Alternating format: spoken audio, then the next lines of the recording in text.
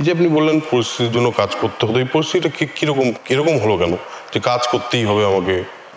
মানে এমনই পরিবার ছিল যে সংসারটা চলছিল না।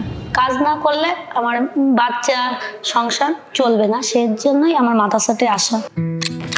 বাবা, আমি ভাবতেও অবাক লাগে। এই আমাদের টিমটা দেখছিলাম, রোবটগুলোকে যখন দেখছিলাম, আর তোমরা যেভাবে পুরোটা কি একটা টিপলে দেখলাম, তারপরে সেট দেখলাম এখানে চলে এলো, একটা সেকশনে চলে যাচ্ছে, টেবিলের পাশে গিয়ে দাঁড়িয়ে পড়ছে।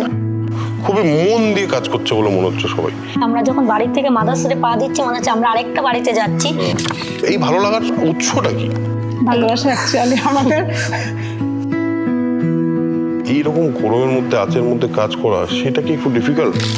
আর অ্যাকচুয়ালি আমরা গ্রামের মেয়ে, আমাদের রোদ গরম আমাদের রোদ গরম সবকিছুই সহ্য হয়। তখন যে আন্তরিকতাটা ছিল 5 জন 10 জন 15 জনের মধ্যে, এই 250 জনের মধ্যেও কি সেম জিনিস এখনো আছে? এবার যারা নতুন এসে জয়েন করছে তাদেরকেও আমরা চেষ্টা করছি যে আমাদের মতনই তৈরি করে নিতে। অবশ্য আমরা করে নিচ্ছি, করে না নিলে আমরা 250 মেয়ে এক জায়গায় হতে পারতাম না। ঠিক। এবং পরিবারের বাইরের যে সমাজ, তাদের চোখ দিয়ে কি কি পরিবর্তন মনে হচ্ছে তোমাদের? তারা কিভাবে দেখছে তোমাদের এখন? এখনো কিছু কিছু লোক অন্যভাবে দেখে।